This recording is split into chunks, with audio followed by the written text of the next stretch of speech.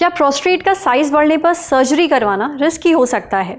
क्या इससे sex life और पेशाब की नली को खतरा है? ये जानेंगे सेहत के पहले सेगमेंट में। ओजेम्पिक को भारत में सेल की मंजूरी मिल गई है। सेहत के दूसरे सेगमेंट में जानिए ये कैसे काम करती है। त्योहारों का मौसम शुरू हो चुका है। इस बार बिना सेहत को दांव पर लगाए अपनी पसंद की टेस्टी टेस्टी चीजें कैसे खाएं, ये जानिए सेहत के आखिरी सेगमेंट में।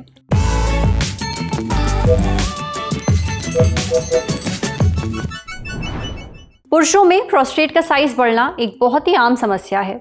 कितनी आम? द लैंसेट जर्नल में छपी एक स्टडी के मुताबिक दुनिया भर के पुरुषों में प्रोस्टेट एनलार्जमेंट की समस्या तेजी से बढ़ी है। यही नहीं, इस स्टडी से यह भी पता चला कि साउथ एशिया में बांग्लादेशी पुरुषों में प्रोस्टेट का साइज बढ़ने की समस्या सबसे ज्यादा है, 129%, और दूसरे नंबर पर है भारत।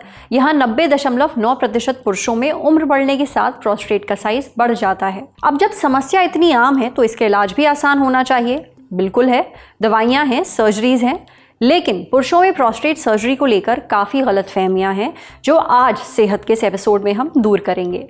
लेकिन उससे पहले डॉक्टर से जानेंगे कि पुरुषों में प्रोस्टेट का साइज क्यों बढ़ जाता है, प्रोस्टेट का साइज बढ़ने से क्या होता है, किन लोगों को प्रोस्टेट का साइज बढ़ने पर सर्जरी करवानी पड़ती है, प्रोस्टेट सर्जरी को लेकर फैले कुछ आम मिथक क्या हैं, और प्रोस्टेट सर्जरी के बाद किन बातों का ध्यान रखना चाहिए, सुनिए। प्रोस्टेट ग्लैंड ये एक ऑर्गन मेल्स में होता है। ये ग्लैंड पेशाब की थैली के नीचे होता है। उस ग्लैंड के अंदर से यूरिन की नली निकलती है और एनलार्जमेंट एक एजिंग फिनोमिना है। 50 की उम्र के बाद में ग्लैंड का बढ़ना सामान्य है। इट्स एजिंग प्रोसेस जो हर मेल में बढ़ता है। एनलार्जमेंट का मतलब ये नहीं है कि पेशेंट को सिम्टम्स आएंगे, it is just pure ageing phenomena. जैसे अभी मैंने बताया था कि ये ग्लैंड बढ़ना एक एजिंग का रिस्पॉन्स है, एजिंग फिनोमिना है। रिस्क जो हमारे दिमाग में आता है पेशेंट्स के कि इस ग्लैंड में रिस्क ऑफ कैंसर रहता है पेशेंट्स में, जिसके लिए हम लोग पेशेंट्स को रिकमेंड करते हैं कि हेल्थ केयर प्रोवाइडर्स के पास जाके 50 की उम्र के बाद में अपनी जांच करवाइए to rule out any cancer in the prostate gland. Surgery का इंडिकेशंस और प्रोस्टेट ग्लैंड में सर्जरी की रिक्वायरमेंट उन पेशेंट्स में पड़ती है जिनमें गोलियां काम नहीं करती हैं। हम लोग पेशेंट्स को क्लिनिकल एग्जामिनेशन करने के बाद में मेडिसिन पे लेते हैं फर्स्ट, और जो पेशेंट्स मेडिसिन पे ठीक से रिस्पॉन्ड नहीं करते हैं उन पेशेंट्स को ऑपरेशन की ज़रूरत पड़ती है। 1 सेकेंड, अगर बार बार इन्फेक्शन हो रहा है पेशेंट को गोली खाते हुए में, तब पेशेंट को ऑपरेशन की ज़रूरत पड़ती है। या पेशाब बंद हो जाए, रिटेंशन ऑफ यूरिन, एक मेडिकल इमरजेंसी, इन कंडीशंस में हम पेशेंट को रिकमेंड करते हैं कि आप ऑपरेशन के लिए जाइए। आजकल टेक्नोलॉजीज़ बहुत लेटेस्ट टेक्नोलॉजी से ऑपरेशन करके पेशेंट रिकवरी बहुत जल्दी होती है।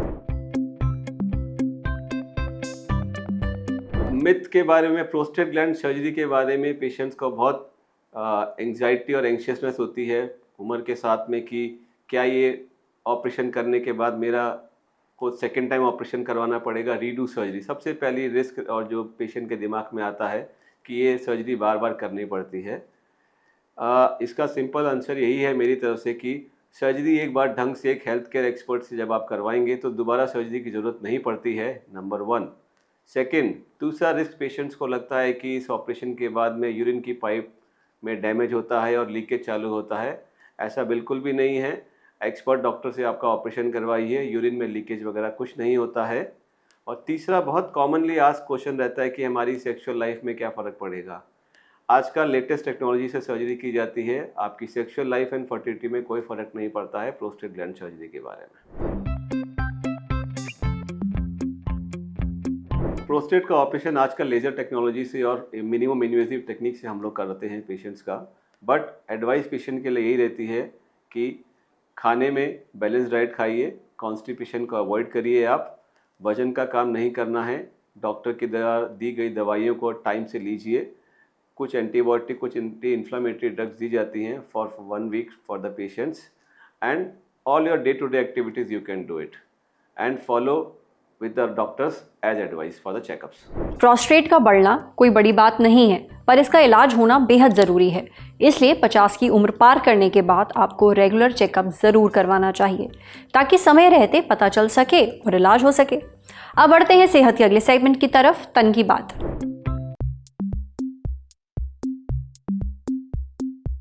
ओजेम्पिक के चर्चे दुनिया भर में हैं। आपने भी सोशल मीडिया पर इसके बारे में खूब सुना होगा। वैसे तो ये डायबिटीज़ की दवा है, पर इसका इस्तेमाल ओबेसिटी यानी मोटापा कम करने के लिए भी किया जाता है। दुनिया भर के सेलिब्रिटीज़ इस दवा का इस्तेमाल करके अपना वजन घटा चुके हैं। हॉलीवुड के कई सेलेब्स ने इस पर खुलकर बात भी की है, पब्लिकली बताया है कि उन्होंने ओजेम्पिक से वेट लॉस किया है, जैसे इलॉन मस्क, ओपरा विनफ्रे और एमी शूमर वगैरह वगैरह। लिस्ट तो बहुत लंबी है। वैसे तो बॉलीवुड में भी ओजेम्पिक का बोलबाला है, पर यहाँ कोई खुलकर कबूलता नहीं है। ओजेम्पिक अब तक भारत में नहीं बिकती थी, लेकिन 26 दिसंबर 2025 को CDSCO ने ओजेम्पिक को भारत में इस्तेमाल के लिए मंजूरी दे दी है। CDSCO यानी कि central drug standard control organisation, ये भारत में दवाओं को जांचने और मंजूरी देने वाली संस्था है। एक बार ये किसी दवा को ओके कर दे तो वो मार्केट में बिकना शुरू हो जाती है। ओजेम्पिक को अभी डायबिटीज़ की दवा के तौर पर ही मंजूरी मिली है, मोटापे की दवा के तौर पर नहीं। इसे डाइट और एक्सरसाइज के साथ लिया जा सकता है, यानी अगर डायबिटीज़ के मरीज़ हैं तो सिर्फ ओजेम्पिक का इंजेक्शन लेने से काम नहीं चलेगा, साथ में एक्सरसाइज भी करनी पड़ेगी और डाइट भी सुधारनी होगी। ओजेम्पिक का इंजेक्शन 3 डोज में मिलेगा, 0.25 mg, 0.5 mg और 1 mg। डायबिटीज़ के किस मरीज़ को कितनी डोज का इंजेक्शन लेना होगा ये डॉक्टर तय करेंगे। इसे सिर्फ हफ्ते में एक बार ही लिया जाएगा। ये इंजेक्शन देश में कितने तक का मिलेगा ये अभी तक साफ नहीं है। ओजेम्पिक को डेनमार्क की दवा कंपनी नोवो नॉर्डिस्क बनाती है। इंडिया टुडे से एक्सक्लूसिव बातचीत में नोवो नॉर्डिस्क इंडिया के मैनेजिंग डायरेक्टर विक्रांत श्रोत्रिया ने कहा कि कंपनी भारत में ओजेम्पिक लॉन्च करने को तैयार है। इससे देश में टाइप 2 डायबिटीज़ के मरीजों को फायदा पहुंचेगा। क्लिनिकल ट्रायल्स में देखा गया है कि ओजेम्पिक से वजन भी कम होता है, साथ ही दिल और किडनी से जुड़े रिस्क घटते हैं, यानी इसे लेने से मरीज को बहुत फायदा पहुंचता है। बिजनेस टुडे की रिपोर्ट के मुताबिक दुनिया भर में 72.5 लाख से ज़्यादा लोग ओजेम्पिक लेते हैं। इसे सबसे पहले साल 2017 में अमेरिका के फूड एंड ड्रग एडमिनिस्ट्रेशन यानी FDA ने टाइप 2 डायबिटीज़ के लिए मंजूरी दी थी। ओजेम्पिक कैसे काम करती है, ये डायबिटीज़ और ओबेसिटी को कंट्रोल करने में इतनी असरदार क्यों है, ये हमने पूछा PSRI हॉस्पिटल के एंडोक्रिनोलॉजी एंड डायबिटोलॉजी डिपार्टमेंट में senior consultant doctor Himika Chawla से। डॉक्टर हिमिका कहती हैं कि ओजेम्पिक एक ब्रांड नेम है, जो दवा है उसे सेमाग्लूटाइड कहते हैं। ये GLP-1 रिसेप्टर एगोनिस्ट दवाओं के ग्रुप में आती है। GLP-1 रिसेप्टर एगोनिस्ट वो दवाएं होती हैं जो टाइप 2 डायबिटीज़ के इलाज में काम आती हैं। ये दवाएं GLP-1 नाम के हार्मोन की नकल उतारती हैं। GLP-1 यानी ग्लूकागन लाइक पेप्टाइड 1 हार्मोन। ये एक इनक्रेटिन हार्मोन है। इनक्रेटिन हार्मोन पाचन से जुड़ा हार्मोन होता है। खाना खाने के बाद ये खून में शुगर का लेवल कंट्रोल करने में मदद करता है। 2 मेन इनक्रेटिन हार्मोन होते हैं, पहला GLP-1 और दूसरा GIP। GLP-1 हार्मोन छोटी आंत और दिमाग के पीछे से निकलता है। ये सिर्फ ब्लड शुगर लेवल कंट्रोल करने में ही मदद नहीं करता, ये पेट को भरा हुआ महसूस कराता है। क्रेविंग्स कम होती हैं, इसे व्यक्ति कम खाता है और वेट लॉस में मदद मिलती है। ऐसा देखा गया है कि इसे लेने के बाद खाने का इंटेक 1/3 तक कम हो जाता है। देखिए, हमारे शरीर में एक अंग है पैनक्रियाज। ये पेट के पीछे और रीढ़ की हड्डी के पास होता है। पैनक्रियाज इंसुलिन नाम का एक हार्मोन बनाता है। इंसुलिन का काम है ब्लड शुगर को कंट्रोल करना। अब टाइप 2 डायबिटीज़ के मरीजों में या तो इंसुलिन पर्याप्त मात्रा में नहीं बनता या फिर शरीर के सेल्स इंसुलिन का सही इस्तेमाल नहीं कर पाते। नतीजा, ब्लड शुगर लेवल बढ़ा हुआ रहता है। सेमाग्लूटाइड पैनक्रियाज को ब्लड शुगर बढ़ने पर इंसुलिन बनाने के लिए उत्तेजित करता है। ये असर ग्लूकोज डिपेंडेंट होता है, यानी लो ब्लड शुगर होने पर इंसुलिन हार्मोन नहीं बढ़ता। इसके अलावा शरीर में ग्लूकागन नाम का हार्मोन भी होता है। ये लिवर को ग्लूकोज रिलीज करने का सिग्नल देता है और ब्लड शुगर बढ़ाता है। लेकिन सेमाग्लूटाइड ग्लूकागन का लेवल भी घटाती है। इससे ब्लड शुगर कंट्रोल में रहती है, भूख कम लगती है, पेट जो है वो लंबे समय तक भरा हुआ महसूस होता है। इससे वजन घटाने में मदद मिलती है। हमारे शरीर में नेचुरली जो GLP-1 बनता है वो खाना खाने के बाद कुछ ही मिनटों तक काम करता है, ज़्यादा से ज़्यादा आधा घंटा। पर जब इसी GLP-1 से जुड़ी दवाइयाँ बनाई जाती हैं, जिन्हें GLP-1 एनालॉग्स या फिर GLP-1 रिसेप्टर एगोनिस्ट कहते हैं, तो ये लगातार असर करती है, जैसे सेमाग्लूटाइड। ये GLP-1 हार्मोन की नकल उतारती है। इससे शरीर को लगता है जैसे असली GLP-1 हार्मोन रिलीज हो रहा है। ऐसा करके ये दवाएं डायबिटीज़ के मरीजों में दिन भर ब्लड शुगर लेवल कंट्रोल में रखती हैं, खासकर खाने के बाद।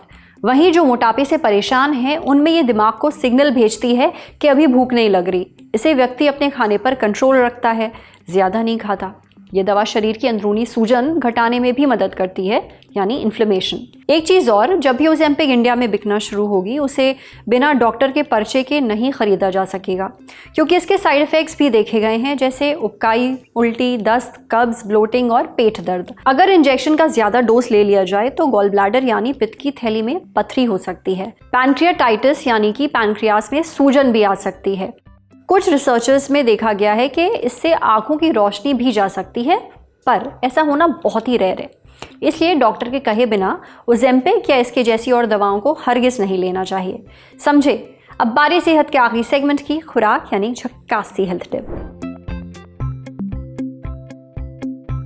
त्योहारों का सीजन शुरू हो चुका है। कल दशहरा है, फिर दीपावली आएगी, उसके बाद क्रिसमस, न्यू ईयर। अब जो लोग खाने खिलाने के शौकीन हैं उनके लिए ये साल का सबसे मस्त टाइम होता है।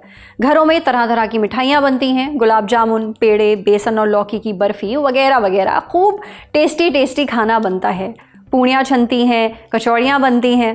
अब भला त्योहारों में कोई ये सब ना खाए, ऐसा कैसे हो सकता है? कितना ही मन मार लो बनी, आखिर में जी ललचा ही जाता है, और फिर जो आप खाने पर टूटते हैं। अब ये सब चीज़ें खाने में तो बहुत टेस्टी होती हैं, लेकिन आपकी सेहत की दोस्त नहीं है।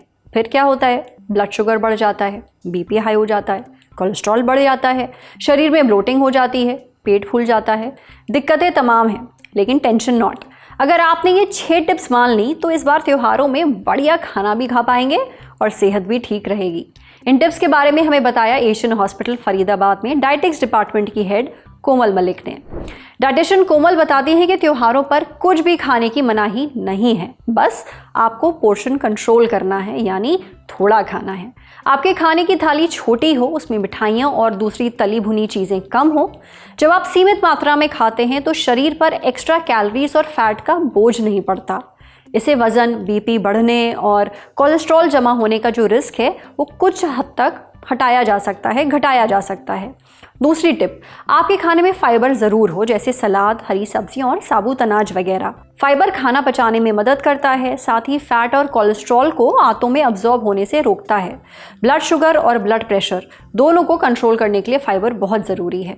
तीसरी टिप, चीज़ों को तलने के बजाय बेक या फिर ग्रिल करके खाइए। तली हुई चीज़ों में ज़्यादा तेल और कैलोरीज होती हैं जो ब्लड शुगर, ब्लड प्रेशर और कोलेस्ट्रॉल को बढ़ा सकती हैं। लेकिन बेक या ग्रिल करने पर तेल कम लगता है, यानी फैट और कैलोरीज दोनों ही कम हो जाती हैं। ये आपके दिल के लिए सेफ है। ऐसी चीज़ें खाने पर वज़न भी जल्दी नहीं बढ़ता। चौथी टिप, इस वक्त एक्सरसाइज करना नहीं छोड़ना है, और अगर नहीं करते हैं तो करना शुरू कर दीजिए। खाने के बाद वॉक करिए, तेज़ कदमों से चलिए, एक्टिव रहिए। रोज़ कम से कम 45 मिनट तो एक्सरसाइज करिए ही करिए। इससे कैलोरीज बर्न होंगी, कोलेस्ट्रॉल और शुगर भी कंट्रोल में रहेगी। 5वीं टिप, खाने में नमक कम डालिए। नमक में सोडियम होता है जो ब्लड प्रेशर बढ़ने की बहुत बड़ी वजह है।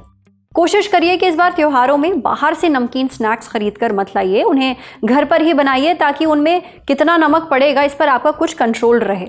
6वीं टिप, हाइड्रेटेड रहिए, खूब पानी पीजिए। नींबू पानी और नारियल पानी पीजिए, ये शरीर के लिए अच्छे हैं। कोल्ड ड्रिंक्स, सोडा पानी, इन सारी चीज़ों से दूर रहिए। इनमें काफ़ी चीनी और कैलोरीज होती है जो शरीर के लिए हेल्दी नहीं है। आज सेहत पर इतना ही। अगर आप एक डॉक्टर हैं, हमसे कुछ शेयर करना चाहते हैं, तो जो ईमेल आईडी इस वक्त आपको अपनी स्क्रीन पर दिख रही है उस पर हम एक मेल भेज दीजिए। शुक्रिया।